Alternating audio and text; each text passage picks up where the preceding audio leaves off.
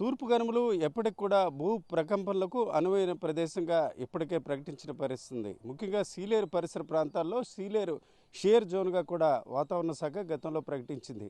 ముఖ్యంగా చూసుకుంటే తూర్పు కనుమల్లోని పశ్చిమ భాగం భూ ప్రకంపనలు రావడానికి అవకాశం ఉంటుంది. ఇది సీలేరు కేంద్రంగా చూసుకుంటే 500 కిలోమీటర్ల పొడవు, 11 కిలోమీటర్ల వెడల్పుగా ఇది కేంద్రీకృతమైంది. దీనివల్ల ఒక రకంగా అప్పుడప్పుడు భూమి కంపించడం, కొన్నిసార్లు కదలికలు చాలా వరకు వస్తాయి. ఇదంతా కూడా టెక్నికల్ ప్లేట్స్ అంటే టెక్నోకల్ ప్లేట్స్ అంటే సహజంగా భూమి అంతర్భాగంగా పొరలు పొరలుగా ఉంటుంది.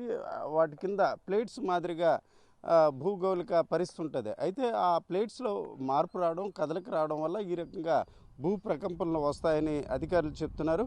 గతంలో చూసుకుంటే ముంచుకుపుట్టు, అలాగే డుంబ్రిగూడ, హుకుంపేట పరిసర ప్రాంతాల్లో కూడా గత నవంబర్ నెలలో కూడా భూమి కొంత కదలిక వచ్చింది. సహజంగా భూమి పొరలు పొరలుగా ఉంటుంది. ఆ పొరల మధ్య ఒక ప్లేట్స్ మాదిరిగా ఉంటాయి. ఆ ప్లేట్స్లో వచ్చిన మార్పు అంటే కదలికలో స్వల్పం, అది కొన్ని సెకండ్లు మాత్రమే కదలికలు వస్తాయి. ఆ రకంగా వచ్చిన కదలిక వల్లే ఈరోజు చూసుకుంటే మన్యం జిల్లాలో భూమి కదిలినట్టు కనిపించిన ఫీలింగ్ ఉంది.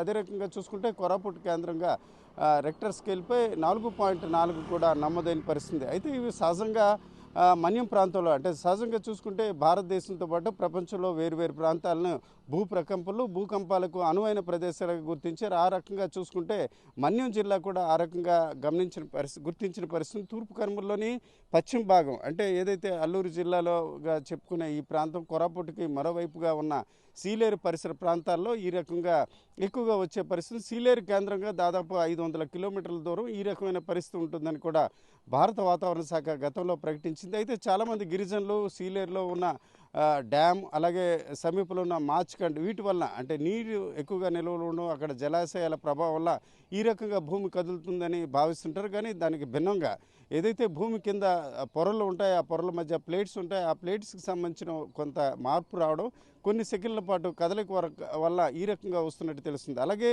భూ ప్రకంపనల జోన్ 2 కేటగిరీలో కూడా అల్లూరు జిల్లా ఉంది. ముఖ్యంగా సీలేరు కేంద్రంగా ఈ రకంగా సీలేరు షియర్ జోన్గా కూడా ప్రకటించిన పరిస్థితుంది. ఆ క్రమంలోనే నిన్న రాత్రి అంటే అర్ధరాత్రి 11:30 నుంచి 11:46 నుంచి 12 గంటల మధ్య వేరువేరు ప్రాంతాల్లో భూమి కదలిక రావడంతో ఒకసారిగా ప్రజలు ఉలిక్కిపడిన పరిస్థితుంది. ఆ క్రమంలో అల్లూరు జిల్లాలో ప్రధానంగా చూసుకుంటే అరకు, డుంబ్రిగూడ, హుకుంపేట, పెదబైలు, ముంచుంపుట్, పాడేరు, జీమాడుగుల పరిసర ప్రాంతాల్లో ఈ రకంగా అర్ధరాత్రి దాటిన తర్వాత భూమి కదలిక వచ్చినట్టు తెలుస్తుంది. ఏదైనప్పటికీ కొన్ని ప్రాంతాలు అంటే సహజంగా ప్రపంచంలో జపాన్ పరిసర ప్రాంతాలు భూకంపాలకు ఏ రకంగా కేంద్రాలో, అదే రకంగా అల్లూరు జిల్లాలోని తూర్పు కనుమలు పశ్చిమ భాగం భూ ప్రకంపనలకు ఒక కేంద్రంగా అంటే అవకాశాలు ఉన్న ప్రాంతంగా కూడా భారత వాతావరణ శాఖ గతంలో గుర్తించిన పరిస్థితి.